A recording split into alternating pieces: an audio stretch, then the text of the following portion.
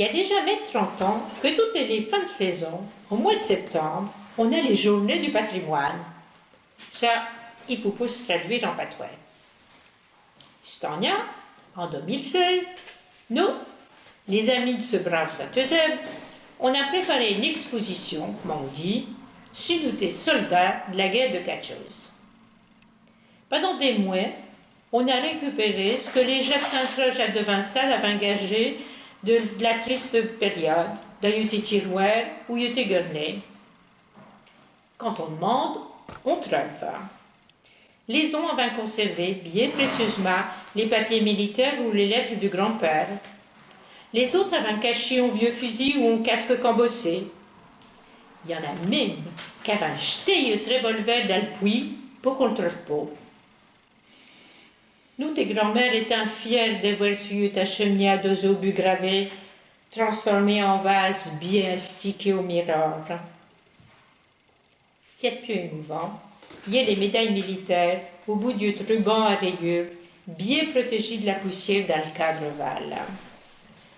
Celui elle est restée écrouchée au mur de la chambre jusqu'à la mort de l'ancien combattant.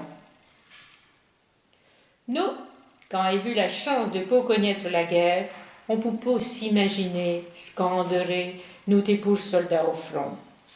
Tiens, prenez le grand-père de Gérard. Elle avait 20 ans quand elle a été mobilisée. Elle a fait Verdun, à peut-être bon chemin des dames. Et n'y va, dans les bougres tranchés. Elle a eu les pieds gelés.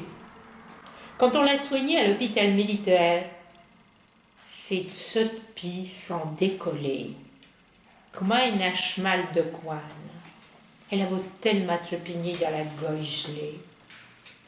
Songez donc, le grand-père de Gérard est rentré de la guerre avec ses 7 pieds dans sa musette. Il paraît qu'elle les avait rangés au gurnet. Quand il est petit, l'amant de Gérard, en cachette, ouvrit la musette pour jeter un coup d'œil et chemal de pied de son papa. Avec notre exposition, pendant 5 jours, on a causé de tous ces soldats disparus depuis longtemps. On a lié tes lettres, après on a regardé tes photos. Il semble qu'elles sont un petit bout moins moi, puisqu'on cause encore d'eux. Elles sont pas tout à fait bien. Il est ça le souvenir. À nous de tout faire avec les jeunes générations pour garder ce souvenir encore longtemps.